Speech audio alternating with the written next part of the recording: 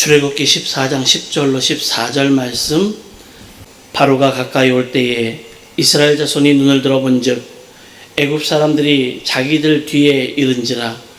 이스라엘 자손이 심히 두려워하여 여호와께 부르짖고 그들이 또 모세에게 이르되 애굽에 매장지가 없어서 당신이 우리를 이끌어내어 이 광야에서 죽게 하느냐. 어찌하여 당신이 우리를 애굽에서 이끌어내어 우리에게 이같이 하느냐. 우리가 당신의 애굽에서 당신에게 이른 말이 이것이 아니냐. 이르기를 우리를 내버려 두라. 우리가 애굽 사람을 섬길 것이라 하지 아니하더냐. 애굽 사람을 섬기는 것이 광야에서 죽는 것보다 낫겠노라. 모세가 백성에게 이르되 너희는 두려워하지 말고 가만히 서서 여호와께서 오늘 너희를 위하여 행하시는 구원을 보라. 너희가 오늘 본 애굽 사람을 영원히 다시 보지 아니하리라. 여호와께서 너희를 위하여 싸우시리니 너희는 가만히 있을지니라. 이는 살아계신 하나님의 말씀입니다. 출애굽기 3장 9절 말씀을 보면 이스라엘 자손이 하나님께 부르짖는 소리와 이집트 사람들이 이스라엘 백성을 학대하는 것을 하나님이 보셨다, 이렇게 말씀하십니다. 하나님은 이스라엘 백성의 부르짖음을 들으시고 구원의 발을 드셨습니다. 그러나 이 구원의 역사는 그냥 얻어지는 게 아니죠. 구원의 감격을 이루기 위해서는 마땅히 치러야 할 희생과 헌신이 있어야 합니다. 이 과정에는 많은 어려움들을 만나게 될 것입니다. 종종 성공하는 사람들의 이야기를 들어보면 그들의 특징이 있습니다. 성공하는 사람들이 공통적으로 하는 이야기가 어떤 이야기냐면 내가 어려움을 만났을 때 그 어려움 가운데 좌절하지 않고 인내했고요. 그래서 결국에는 성공하게 되었습니다. 라고 이야기한다는 거죠. 하지만 인내하지 못하는 사람들은 예전의 평안함을 자꾸만 생각을 하고 평안할 때 그때 편안했던 그때로 자꾸만 돌아가려고 하는 그 습성이 있습니다. 그것을 그리워하고 자꾸 입에 떠올립니다. 내가 예전에는 좋았는데, 내가 예전에는 참 잘 나갔는데, 내가 예전에는 기가 막혔는데, 이런 얘기들을 하고 자꾸만 예전으로 돌아가려고 한다는 사실입니다. 분명히 그때는 벗어나야 한다고 생각하고 그때는 벗어나려고 결심도 하고 그때는 벗어나려고 행동도 했는데 잠시 어려움이 딱 다가오니까 견디지 못하고 불평하고 후회하고 옛날을 그리워하는 그런 어리석은 가운데 빠지게 되더라는 겁니다. 왜 그럴까? 왜 그런 일들이 벌어질까? 특별히 이스라엘 백성들이 이집트에 살았던 그것으로 되돌아가려고 하는 모습이 오늘 12절 말씀에 나오는데 왜 자꾸만 그들에게 다시금 돌아가고 옛 것으로 돌아가려고 하고 왜 자꾸 옛날 습성으로 돌아가려고 하는 것일까? 그 이유는 노예근성 때문에 그렇습니다. 이 말은 뒤를 돌아보면 잠시 좋았던 그 시절이 생각이 나는 거죠. 우리에게 노예근성이라고 말하니까 아니 나는 그거 없어 라고 생각할지 모르겠지만 좀 과격하게 표현해서 노예근성이지요. 좀 부드럽게 표현하면 옛날 거로 돌아가려고 하는 안일한 습성이 되는 거지요. 예전이 좋았습니다. 편했습니다. 그때 그 시절이 좋았다라고 생각을 합니다. 그런데 이런 것들은요, 뒤를 잠시 돌아보게 될 때 어김없이 나오게 되는 것이 또한 중간결산입니다. 오늘 12절 말씀, 이들이 어떤 중간결산을 하고 있는지 한번 보십시오. 12절입니다. 이집트에 있을 때에 우리가 이미 당신에게 말하지 않았습니까? 광야에 나가서 죽는 것보다 이집트 사람을 섬기는 것이 더 나으니 우리가 이집트 사람을 섬기게 그대로 내버려 두라고 하지 않았습니까? 해방시켜달라고 말할 때는 언제고, 살려달라고 말할 때는 언제였습니까? 그런데 이제 와서 어려움이 닥치니까 내가 언제 그랬습니까?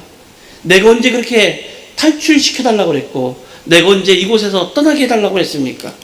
내가 그냥 이집트 사람들을 섬기는 것이, 내가 거기서 그냥 따뜻하게 배불리 먹고 사는 것이 더 좋았는데 왜 우리를 여기로 이끌어서 이렇게 어렵게 하십니까? 지금 그 이야기 하는 거예요. 중간결산이라는 것, 조금만 어려움이 와도 하나님 알기 전에 이를 기억하는 사람들을 여러분 알고 계십니까? 예전 노예 시절의 삶을 정리하기 위해서 뒤따라오는 강력한 적들, 또 눈앞에 있는 홍해도 건너야 되고, 막상 그 자리에 와보니까 앞이 캄캄한 거예요. 어떻게 해결해야 될지 모르겠는 거예요. 도무지 앞이 보이지 않는 거예요. 그렇다고 지금이 뭔가 좀 괜찮을 줄 알았는데, 근사할 줄 알았는데 또한 그렇지 않아요. 하나님이 약속하신 땅이고 젖과 꿀이 흐르는 땅이니까 좀 근사하게 대접받으며 갈 줄 알았고, 근사하게 괜찮아질 줄 알았고, 좀 며칠 힘들어도 더 멋있는 곳으로 갈 거니까 라고 생각했는데 그 과정을 넘어가지 못하고 있는 거예요. 우리가 하나님 앞에 간절하게 소망해서 응답을 받기 위해서 기다리고 있다가 어느 순간 응답을 받지 못하는 경우가 나오는 이유가 뭐냐면, 잘 기다리다가 마지막 어려운 순간이 딱 닥쳐오면 포기하는 겁니다. 이 과정을 넘어가지 못하면 약속의 땅에는 들어갈 수도 없고 가지도 못합니다. 여러분, 결과를 알고 계시잖아요. 오늘 이렇게 불평불만했던 이 1세대들은 그 누구도, 여호수아와 갈렙을 제외하고는 그 누구도 가나안 땅에 들어가지 못했습니다. 왜 그랬을까요? 중간결산을 잘못해서 그렇습니다. 신앙생활하는 교인 중에 꼭 이 고비를 넘지 못하는 사람들이 있습니다. 이전 생활로 돌아가려는 사람들이 많습니다.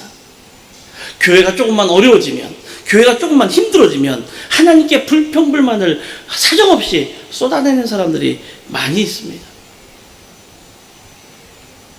잘 생각해 보세요. 하나님은 이스라엘의 부르짖음을 들으시고 이들을 구원하기로 하셨을 때, 여러분 한번 잘 생각해 보세요. 아니, 이스라엘 백성 그만두고 여러분 자신들을 한번 생각해 보세요. 내가 하나님을 믿으면, 내가 예수님을 믿으면, 교회에 출석을 하면 여러분 삶이 평안해지고, 여러분들을 부자로 만들어주고, 어디 아픈 데 없이 해주고, 모든 사람을 만나면 모든 것이 만사형통이 된다고 하나님이 여러분에게 단 한 번이라도 말씀하셨습니까? 이스라엘 백성들을 구원하실 때도 하나님께서는 이스라엘 백성들에게 내가 너희들의 삶을 편안하게 만들어주겠다고 약속하신 적이 없어요. 젖과 꿀이 흐르는 가나안 땅으로 너희들을 인도하여 가리라라고만 하셨지, 편안하게 해주겠다, 그 과정도 쉽게 해주겠다고 말씀하신 적도 없어요. 노예로 살아서 그 노예 근성이 가득한 그들을 존귀한 하나님의 자녀로 바꾸시려고 하는 그 과정을 이들은 이해하지 못했던 거예요. 하나님의 사람이 되기 위해서 세상에 살고 예수님을 모르고 살고 교회의 생활이 무엇인지 모르고 살았던 그 사람들이 하나님 앞에 나와서 교회 생활을 하고 성도들과 함께 교제를 나누며 하나님의 자녀로 바뀌어가는 과정에서 어려움이 생길 때에, 그 어려움이 생기는 과정에 대해서 사람들은 이해하지 못하는 거예요. 왜 그래야 될까?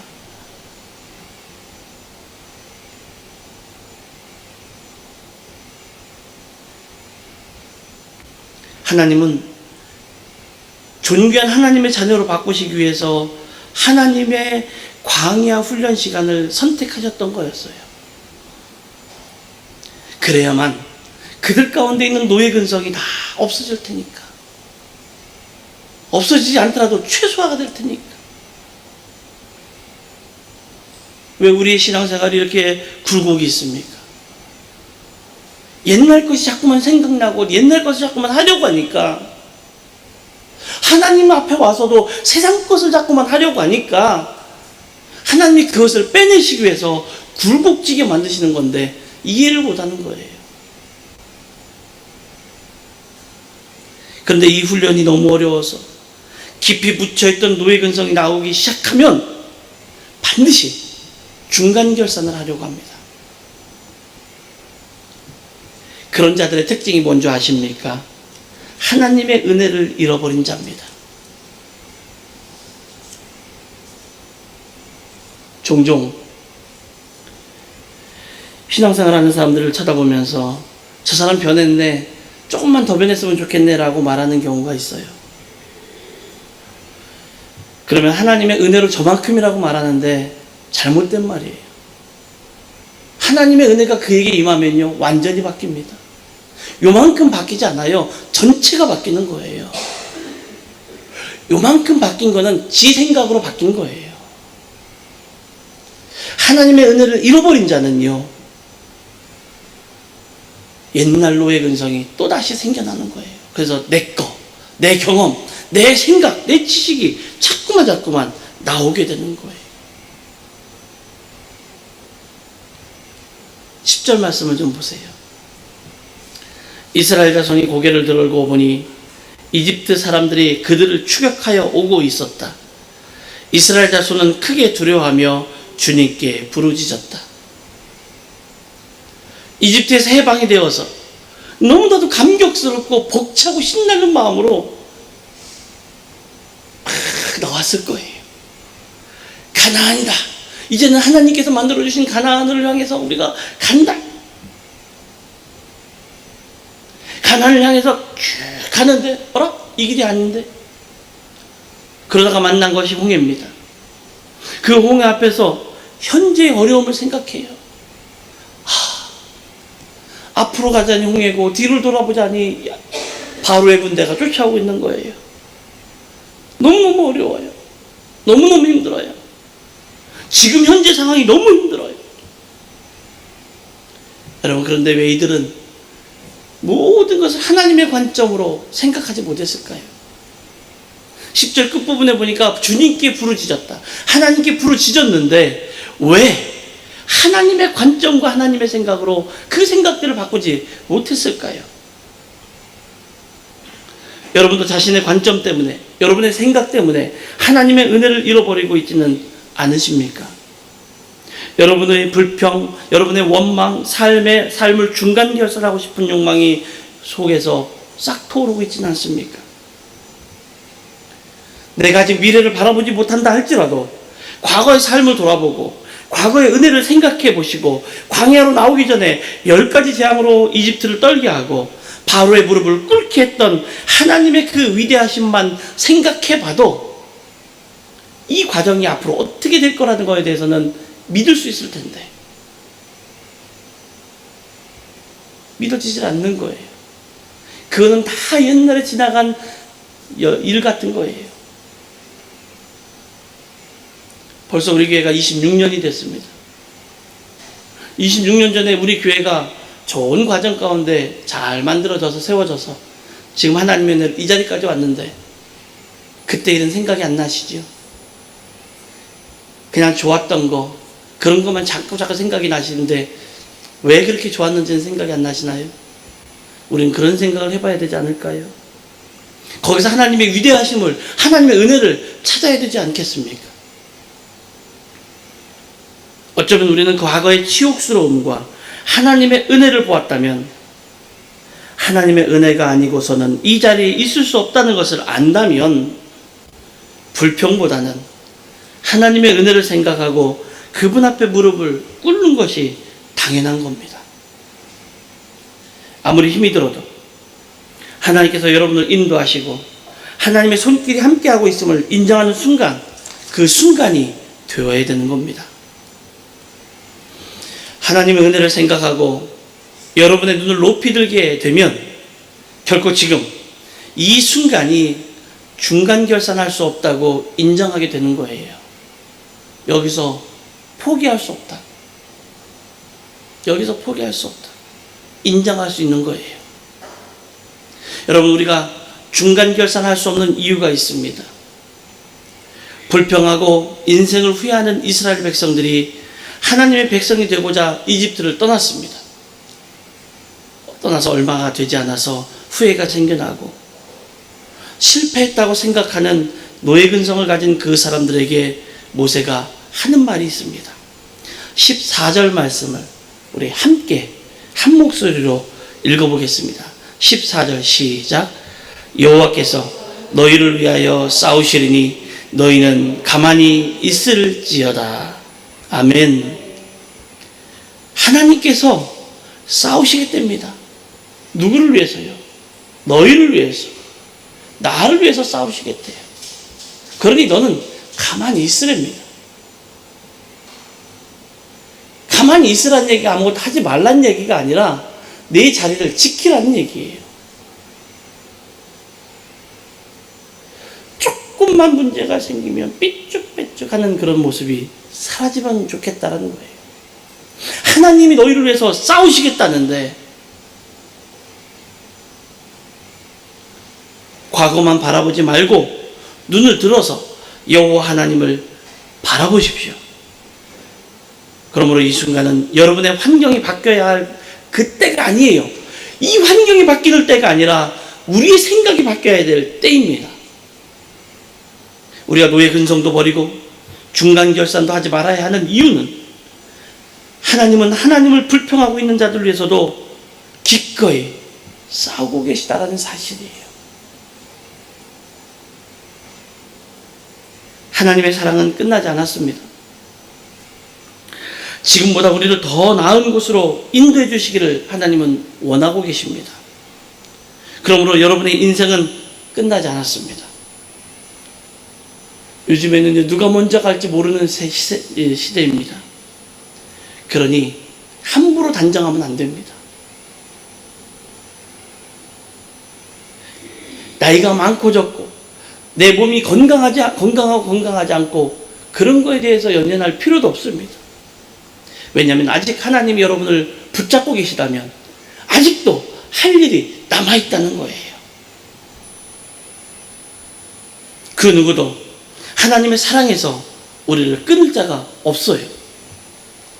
백성들의 불평 가운데서도 하나님은 이들을 계속해서 사랑하십니다. 작은 것 하나, 관점의 변화 하나로 얼마나 세상이 다르게 보이고 다르게 살아갈 수 있는지 아십니까? 생각 하나만 바꾸고 보는 눈 하나만 바꾸면 모든 게 다 바뀝니다.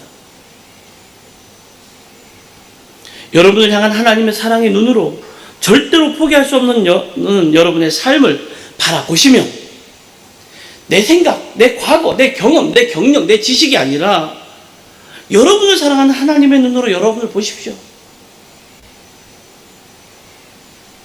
그러면 오늘도 우리를 위해서 여전히 싸우시는 하나님의 능력을 분명히 보게 되실 겁니다. 지금은 여러분이 가만히 서서 하나님의 사랑과 능력을 바라볼 때예요. 우리 교회도 똑같아요. 우리 교회도 지금은요, 가만히 서서 이 자리에서 하나님의 능력과 하나님의 위대하심을 바라볼 때예요. 결코 여러분의 인생이나 가정 그리고 교회를 포기할 때가 아닙니다. 이제 이스라엘 백성을 위해서 하나님이 위대한 일을 행하십니다. 이스라엘 앞에 있는 그 문제덩어리, 도무지 인간의 힘으로는 감당할 수 없는 그 홍해, 그것을 가르십니다. 이것은 이스라엘의 문제를 단번에 날려버리시고 그들에게 새로운 길을 열어주신 위대한 하나님의 역사입니다. 우리가 가만히 서서 하나님의 위대하신 능력을 있어야 될 자리에서 바라보고 있으면 하나님은 우리가 생각했던 그 모든 것들, 우리가 할 수 없다고 생각했던 것들을 단번에 날려버리시는 위대하신 분이에요. 가만히 서서 하나님의 능력을 바라본 이스라엘 백성에게 나타난 하나님의 역사이며 그것은 하나님의 사랑입니다. 여러분의 삶을 중간 결산하여 노예의 근성을 만들지 말고 문제 앞에 가만히 서서 하나님께서 하실 일을 기대하십시오. 기대하셔도 좋습니다. 기대하셔야만 합니다. 하나님의 역사는 여러분이 가만히 서서 기대하고 잠잠히 기다릴 때 일어나는 거예요. 내가 나서면 하나님은 오히려 가만히 계십니다. 내가 가만히 있으면 하나님이 드러내시는 거예요.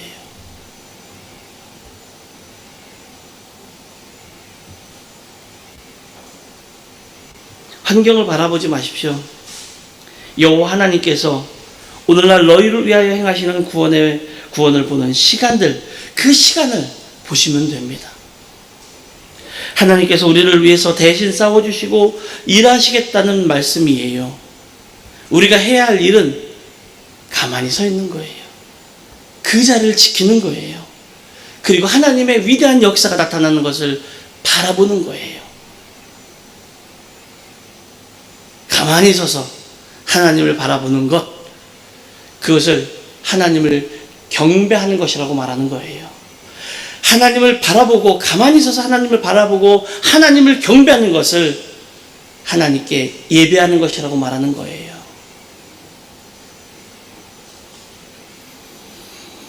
여러분의 삶의 위기 가운데 하나님을 예배하는 일이 굉장히 무기력한 것 같이 보일 수 있습니다.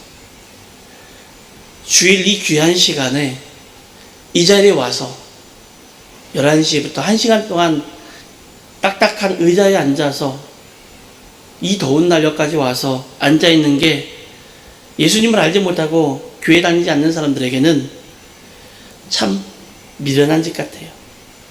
왜 쓸모없는 짓을 하고 있을까? 요즘에 인터넷으로 다 되니까 그거 보고 있으면 안 되나? 그런 생각이 들 거예요.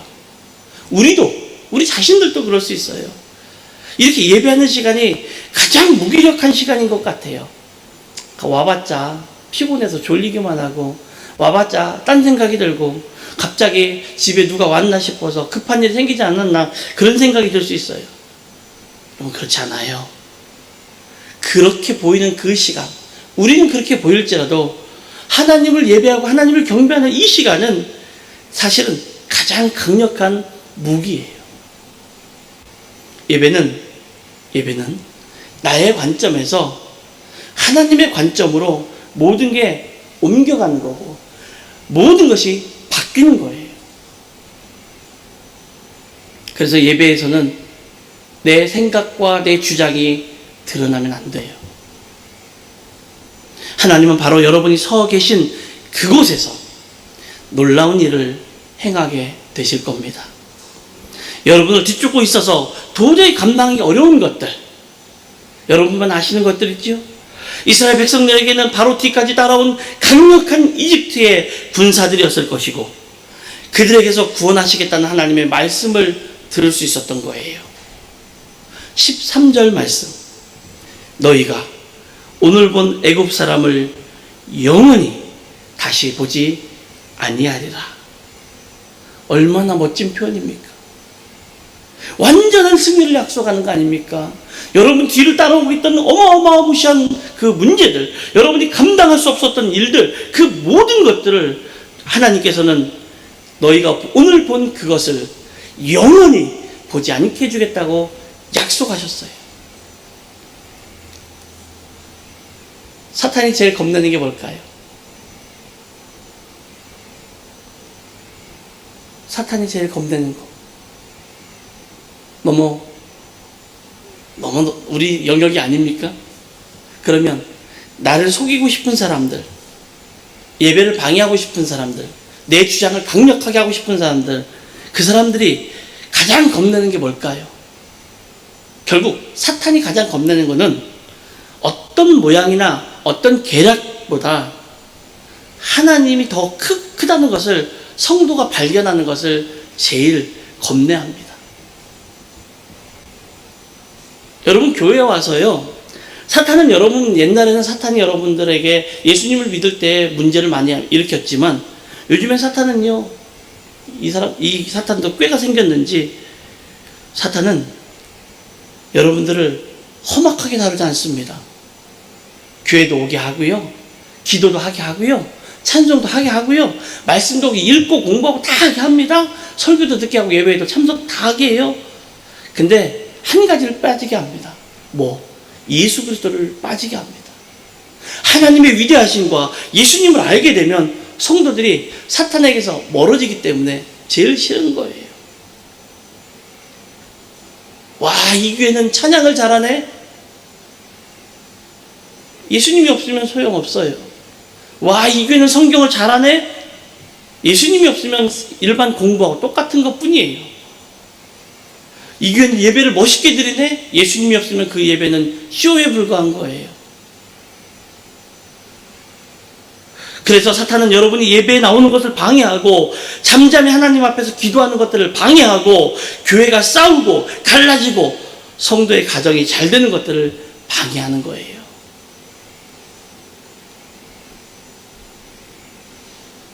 사탄이 우리에게 와서 속삭입니다. 야, 너 환경이 좋아지면 그때 해도 돼. 너 피곤하지? 그러니까 많이 피곤하니까 그 피곤이 풀리고 몸이 좀 회복되면 그때 해도 안 늦어. 하나님 바라볼 수 있는 환경과 여건이 조성이 되면 그때 해도 충분해. 안 늦지 않다니까? 여러분, 그때는 이미 늦은 거예요. 그렇게 여러분의 예배를 방해합니다. 예배를 통해 크신 하나님이 여러분에게 발견되면 안 되기 때문에 여러분이 하고 싶은 예배, 여러분 진심과 성심과 전심을 드리는 그 예배를 방해하는 거예요. 우리가 하나님 아버지의 관점으로 이 세상을 보기 시작하면 세상의 모든 고통과 문제, 장애물들이 갑자기 작게 보이기 시작합니다. 가만히 서서 하나님을 바라보면 하나님이 행하시는 일을 여러분이 보시기 시작하면 모든 것은 작게 보이기 시작합니다. 그러므로 하나님을 바라보십시오. 오늘 우리는 어떤 일이 있어도 인생을 중간 결산하면 안 됩니다. 이 시간 왕이신 하나님을 경배하기로 결심했다면 더더욱 뒤를 돌아보지 마십시오. 우리가 보는 나의 문제, 가정의 문제, 교회의 문제, 그리고 각종 문제는 크기에 달린 문제가 아니에요. 크기의 문제가 아니라 어떻게 그것을 보느냐에 따라서 달라지게 됩니다. 이제 하나님의 관점으로 높이 올라가서 새 힘을 얻으시기를 바랍니다. 그리고 하나님 행하시는 일을 기대하며 기대하십시오. 우리의 삶은 결단코 삶의 문제와 걱정거리인 홍해 앞에서 중간 결산을 하고 뒤를 돌아보고 그 삶을 그리워해서는 안 됩니다. 우리의 삶을 예전의 삶으로 다시 돌아갈 수 없게 할 수는 없습니다. 화려한 그 삶이 좀 화려해 보이는 듯 하지만 그 삶은 노예의 삶이었어요. 그 삶이 화려해 보였지만 내가 힘들었던 삶이었어요. 그 삶이 화려해 보였지만 진심으로 나를 사랑해 줬던 사람이 없었던 때예요. 우리 안에 있는 더러운 노예 근성을 버리시기 바랍니다. 여러분은 하나님의 자녀입니다. 그 은혜를 기억하시기 바랍니다. 지금까지 지켜주신 하나님께서 지금도 앞으로도 영원토록 우리와 함께 하실 것을 믿고 뒤로 돌아보고 그리로 돌아가는 어리석은 삶이 아니라 앞을 보고 위를 보고 하나님께로 더 가까이 가는 믿음의 자녀, 하나님의 자녀가 바로 여러분이시기를 간절히 축원합니다.